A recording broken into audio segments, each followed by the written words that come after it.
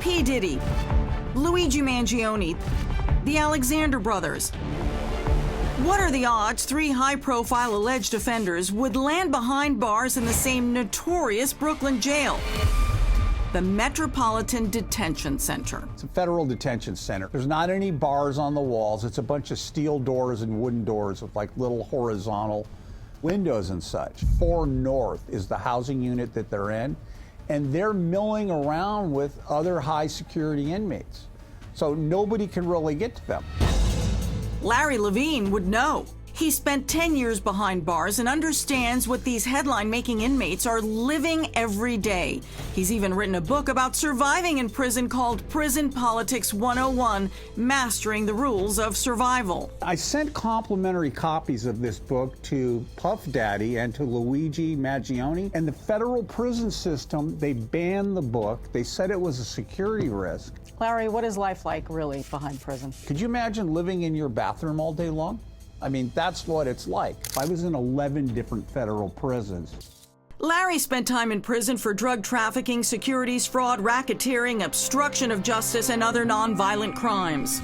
So what are the special challenges that the rich may be facing in prison? Culture shock. I mean, they're used to living, look at Diddy, used to living a life of luxury.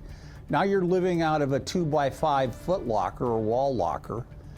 You're wearing limited clothing. Maybe you can buy your own sweats in some of these places. You're eating food. I saw this myself, not fit for human consumption, but they give it to the inmates.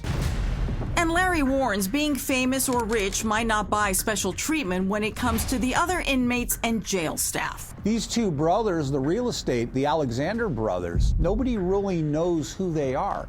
So why would somebody really suck up to them? Other than like, can you help my family on the outside? Because they're rich.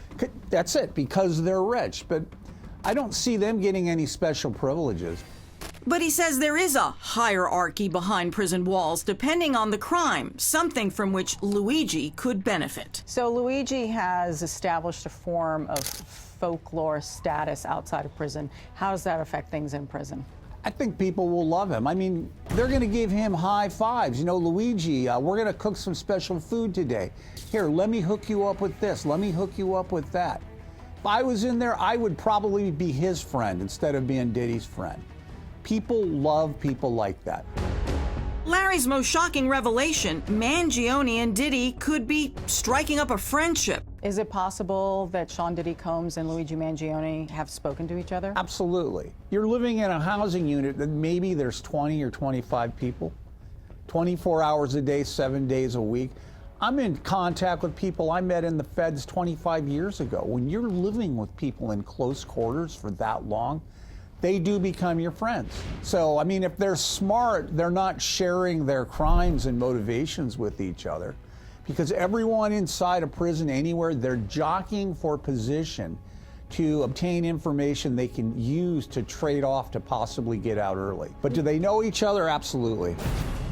And former inmate Larry has one last warning for Diddy, Luigi, and the Alexander brothers. Listen to me, people.